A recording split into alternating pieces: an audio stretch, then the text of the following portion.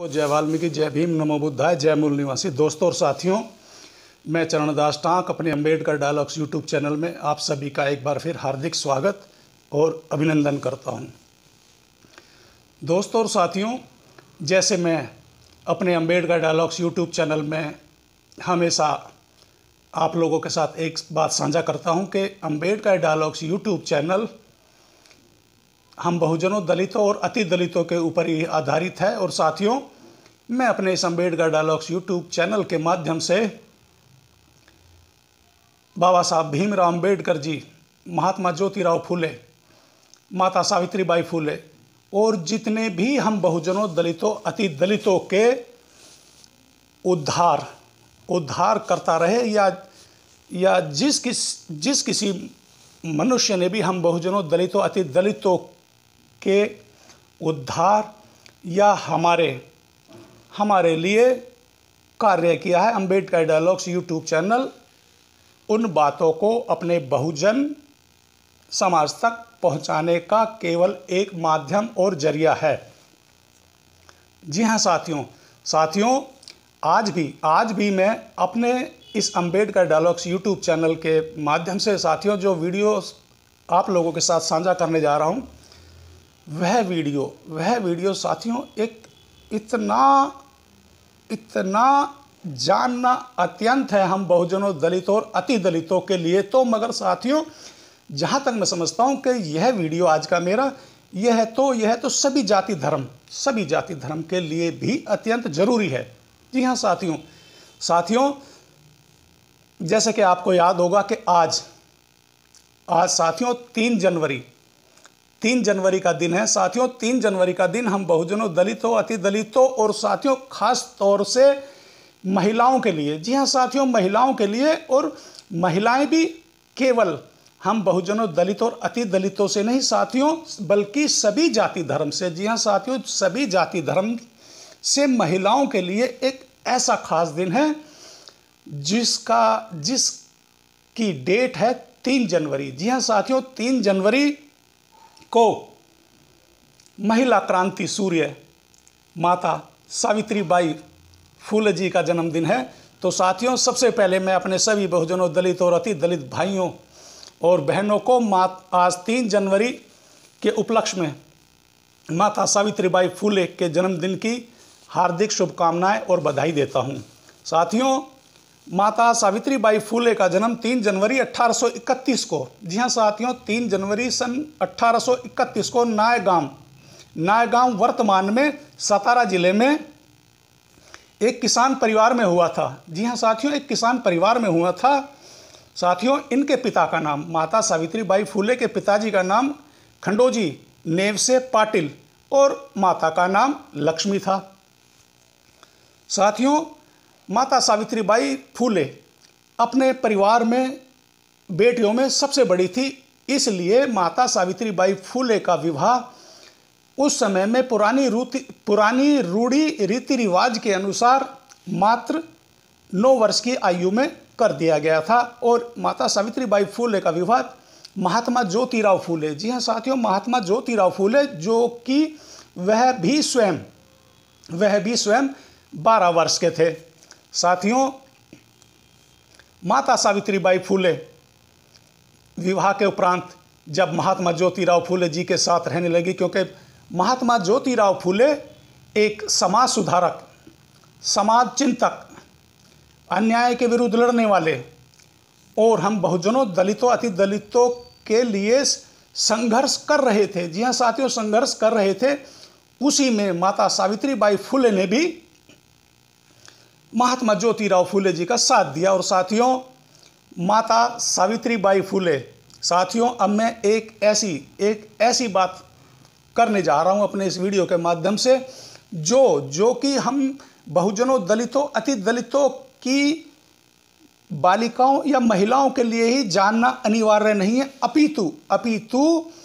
हमारे देश में सभी जाति धर्म की बालिकाओं और महिलाओं को जानने के लिए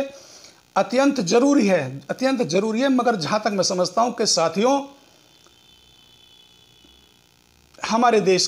देश की बालिकाओं और महिलाओं को पता ही नहीं है आखिर माता सावित्रीबाई फूले क्या चीज़ है, आखिर उनका ऐसा क्या विशेष योगदान है। साथियों, मैं उस समय की बात कर रहा हूँ जिस समय में साथियों केवल और केवल हम बहुजनों, दलितों और अति दलितों की बालिकाओं और महिलाओं को लिखने पढ़ने का अधिकार नहीं था, अपितु देश में, जी हाँ साथियों, देश में किसी भी जाति धर्म, जी हाँ साथियों, किसी भी जाति धर्म की बालिकाओं और महिलाओं को लिखने पढ़ने का अधिकार नहीं था। जी हाँ साथियों, नहीं था साथियों। उस समय में माता सावित्रीबाई फूले ने देश में शिक्षा का अलख जगाया था। जी हाँ साथियों, शिक्षा का अलख जगाया था और उसमें यह नहीं था कि केवल हम बहुजनों और दलितों की बालिकाएं या महिलाएं पढ़ेंगी। नहीं साथियों, किसी भी जाति धर्म की हो, किसी भी बिरादरी से हो, महिला और बालिका उनके इस स्कूल में पढ़ सकती थी। जी हाँ साथियों, पढ़ सकती थी। इसलिए साथियों, माता सावित्रीबाई फूले बालिकाओं और महिलाओं के लिए तो एक उस सूर्य के समान थी कि जिस समय में बालिकाओं और महिलाओं को ये कह करके इनको लिख पढ़कर क्या करना है, इनको तो चूल्हा चौखट करना है, इनको घर की चौखट पार ही नहीं करनी है। साथियों, उस समय में माता सावित्रीबाई फूले ने देश की बालिकाओं और महिलाओं के लिए लिखने पढ़ने की सुविधा की। जी हाँ साथियों, सुविधा की और उनके दिलो दिमाग में आया कि नहीं, हमारे देश की बालिकाएं और महिलाएं भी लिखेंगी पढ़ेंगी तो बहुत अच्छी बात है और वह भी देश हित में सराहनीय कार्य कर सकती हैं। मगर साथियों, उस समय में तो मनुवादी, रूढ़िवादी सोच विचार और विचारधारा के लोगों ने इतना विरोध किया कि साथियों, जब माता सावित्रीबाई फूले अपने उस छोटे से स्कूल में, जो उन्होंने केवल महिलाओं और बालिकाओं के लिए खोला था, जब वह उस स्कूल में सुबह पढ़ाने के लिए जा रही होती थी साथियों, तो रूढ़िवादी, मनुवादी सोच विचार और विचारधारा के लोग माता सावित्रीबाई फूले पर कटाक्ष कसते थे, उन पर भद्दी भद्दी बातें करते थे। और साथियों, इतना ही उनके लिए पर्याप्त नहीं था, नाली का कीचड़ या यहाँ तक कि गोबर भी माता सावित्रीबाई फूले के ऊपर फेंक दिया करते थे। मगर साथियों, माता सावित्रीबाई फूले की तो एक ही सोच थी, एक ही एम था और एक ही सपना था कि मैं अपने देश की बालिकाओं और महिलाओं को शिक्षित कर पाई तो इन मनुवादी, रूढ़िवादी सोच और विचारधारा के लोगों के मुंह पर ताला लग जाएगा। इसलिए साथियों, माता सावित्रीबाई फूले जब सुबह प्रातः अपने स्कूल को जाती थी तो एक जोड़ी कपड़ा और लेकर जाती थी और अपने स्कूल में पहुंचकर हाथ मुंह धोकर और उस नए जोड़े को धारण कर तब बालिकाओं और महिलाओं को पढ़ाने का कार्य क्या करती थी। साथियों, माता सावित्रीबाई फूले के इतने अत्यंत और सराहनीय कार्य हैं साथियों कि यदि मैं माता सावित्रीबाई फूले का एक एक काम, एक एक योगदान, जी हाँ साथियों, एक एक काम, एक एक योगदान जो कि देश में अग्रणी रहा है, और साथियों महिलाओं और बालिकाओं के लिए तो विशेष रहा है कि साथियों मुझे महीनों लग जाएंगे, मगर फिर भी मैं माता सावित्रीबाई फूले के योगदान को आप लोगों के समक्ष नहीं रख सकता। साथियों, उस समय में बाल विवाह, जी हाँ साथियों, बाल विवाह, क्योंकि स्वयं माता सावित्रीबाई फूले का भी बाल विवाह हुआ था। और साथियों, सती प्रथा, इस पर भी माता सावित्री ने विशेष कार्य किया था कि बालिकाओं का बाल विवाह निषेध होना चाहिए। और सती प्रथा का भी माता सावित्रीबाई फूले ने बहुत विरोध किया था। जी हाँ साथियों, विरोध किया था। साथियों, माता सावित्रीबाई फूले ने बालिकाओं और महिलाओं के लिए इतने कार्य किए हैं कि साथियों, जैसे मैंने अभी कहा साथियों, मैं उस समय की बात कर रहा हूं जिस समय में देश में केवल और केवल बालिकाओं और महिलाओं को बोझ समझा जाता था। जी हाँ साथियों, बोझ समझा जाता था साथियों। वह बोझ जो समझा जाता था वह केवल हम बहुजनों, दलितों और अति दलितों के समाज में ही नहीं अपितु सभी जाति धर्म में बालिकाओं को बोझ समझा जाता था। और उनको यह कहकर के इनको झाड़ू पोछाई तो करना है, इनको चूल्हा चौकाई तो करना है, इसलिए उनका शोषण किया जाता था, उनको लिखने पढ़ने पर मनाही थी। मगर साथियों, आज जहाँ तक मैं समझता हूँ कि पूर्ण रूप से मेरा बहुजन, दलित और अति दलित समाज की बालिकाएं और महिलाएं भी शायद इस बात से अनभिज्ञ होंगी कि आज ये जो रूढ़िवादी, मनुवादी सोच विचार और विचारधारा के लोग हम लोगों को नीच, दलित, अनपढ़, कुबुद्धि कहकर हम लोगों पर तरह तरह की फब्तियाँ कसते थे। शायद इन लोगों को यह बात याद नहीं है कि देश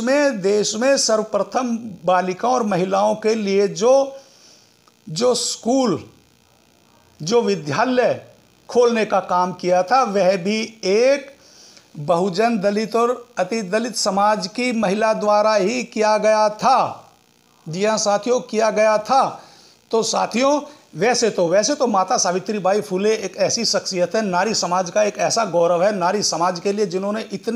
इतने कठिन संघर्ष किए, इतनी लड़ाइयाँ लड़ी और इतनी यातनाएं सहकर भी सभी जाति धर्म की बालिकाओं और महिलाओं के लिए जो स्कूल खोलने का कार्य किया, यह कार्य इतना सराहनीय है कि जहाँ तक मैं समझता हूँ, मेरी सोच और मेरे विचार और विचारधारा है कि देश में हर बालिका, हर महिला को कम से कम यह पता होना चाहिए कि यदि आज हमें लिखने पढ़ने का अधिकार है, हम आज लिख पढ़ रहे हैं, हम आज लिख पढ़कर देश के लिए अपना अभिन्न योगदान दे रहे हैं। कोई IAS है, IPS है, पायलट है, इंजीनियर है, डॉक्टर्स हैं, वकील हैं, जज हैं। और साथियों, तो वह केवल और केवल माता सावित्रीबाई फुले की देन है। जी हाँ साथियों, माता सावित्रीबाई फुले की देन है। यह संदेश हमारे देश की सभी बालिकाओं और महिलाओं को पता होना चाहिए और उन्हें गौरव भी महसूस करना चाहिए कि एक दलित और बहुजन समाज की महिला ने उस समय में जब महिलाओं और बालिकाओं को बोझ समझा जाता था, उस समय में संघर्ष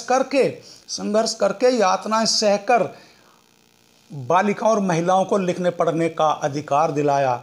जिस अधिकार को प्राप्त करके आज हमारे देश में महिलाओं का अभिन्न योगदान है। आज हमारे देश की महिलाएं और बालिकाएं इतनी सशक्त और इतनी मजबूत है कि साथियों, आज के दौर में किसी भी समय में चाहे किसी भी पार्टी की सरकार हो, उस सरकार को भी महिलाओं पर विशेष ध्यान देना पड़ता है। वह चाहे राजनीति हो, नौकरी हो या कोई भी एक संस्था हो, उसमें महिलाओं को विशेष ध्यान और केंद्रित किया जाता है और उनके लिए कोटा भी विशेष रूप से रखा जाता है। तो साथियों, मैं आज उस क्रांति सूर्य महिला विशेष महिलाओं की प्रेरणा स्रोत और जिन्होंने महिलाओं और बालिकाओं के लिए ऐसा रास्ता प्रशस्त किया कि जिसके सहारे आज हमारे देश की महिलाएं इतनी आगे हैं। तो साथियों, मैं आज 3 जनवरी क्षमा चाहता हूं साथियों, 3 जनवरी को माता सावित्रीबाई फुले के जन्म दिवस पर माता सावित्रीबाई फुले को उनके जन्मदिन की बधाई देता हूं और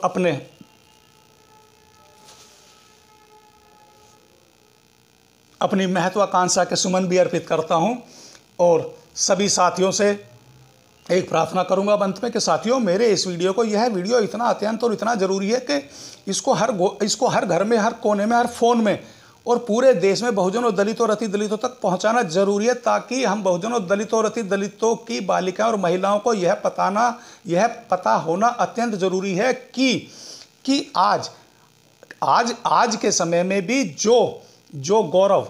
और या जो लिखने पढ़ने का अधिकार, या जो अधिकारी हैं, या जो आज हम बिजनेस करते हैं, जो हम आज खुले में कहीं भी घूम सकती हैं, आ जा सकती हैं, लिख पढ़ सकती हैं, कॉलेजेस हो, स्कूल हो, किसी भी कंपनी में बड़ी छोटी नौकरियां कर सकती हैं, वह केवल और केवल माता सावित्रीबाई फूले की देन है। तो इसीलिए यह मेरा आज का वीडियो घर घर तक पहुंचना बहुत ज़रूरी है साथियों। तो अंत में मैं अब सभी अपने साथियों से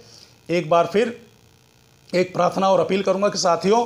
कृपया आप मेरे इस अम्बेडकर डायलॉग्स यूट्यूब चैनल्स को सब्सक्राइब करें, लाइक करें, कमेंट्स अवश्य किया करें। और साथियों, अंत में एक बार फिर आप सभी को, साथियों को, जय वाल्मीकि, जय भीम, नमो बुद्धाय, जय मूल निवासी।